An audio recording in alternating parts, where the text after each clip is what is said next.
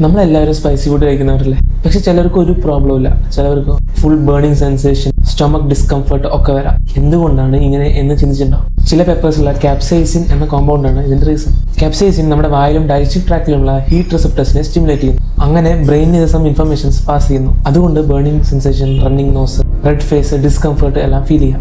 പക്ഷെ എന്തുകൊണ്ട് എല്ലാവർക്കും സെയിം റിയാക്ഷൻ വരാത്തത്? അതിനൊരു കാരണം ജെനറ്റിക്സ് ആണ്. ചില ആൾക്കാരുടെ റിസപ്റ്റേഴ്സ് ക്യാപ്സൈസിൻ കൂടുതൽ സെൻസിറ്റീവായി റെസ്പോണ്ട് ചെയ്യും. അതുകൊണ്ട് അവർക്ക് സ്പൈസ് കൂടുതൽ സ്ട്രോങ് ആയി ഫീൽ ചെയ്യും. മറ്റൊരു കാരണം ഫുഡ് ഹാബിറ്റ്സ് ആണ്. എപ്പോഴും സ്പൈസി കഴിക്കുന്നവർക്ക് ഗ്രാജുവലി അതിനോട് അഡാപ്റ്റ് ആവും. അതുകൊണ്ട് സെയിം സ്പൈസ് ലെവൽ അവർക്ക് കുറച്ച് മൈൽഡായി തോന്നും. പിന്നെ എസിഡിറ്റി, ഗ്യാസ്ട്രൈറ്റിസ്, IBS പോലെ സിംറ്റംസ് ഉള്ളവർക്ക് സ്പൈസി ഫുഡ് കഴിച്ചാൽ സിംറ്റംസ് കൂടുതൽ ഫീൽ ചെയ്യാൻ സാധ്യതയുണ്ട്. സോ സ്പൈസി ഫുഡ് എങ്ങനെ നിങ്ങളെ എഫക്ട് ചെയ്യുന്നു എന്നുള്ളത് നിങ്ങളുടെ genetics, receptor sensitivity, food habit, digestive health എന്നിവയുടെ കോമ്പിനേഷനാണ്. അതുകൊണ്ട് തന്നെ ഒരു കറി ഒരാൾക്ക് നോർമലായിരിക്കുമ്പോൾ മറ്റൊരാൾക്ക് വളരെ സ്പൈസി ആയി തോന്നാം.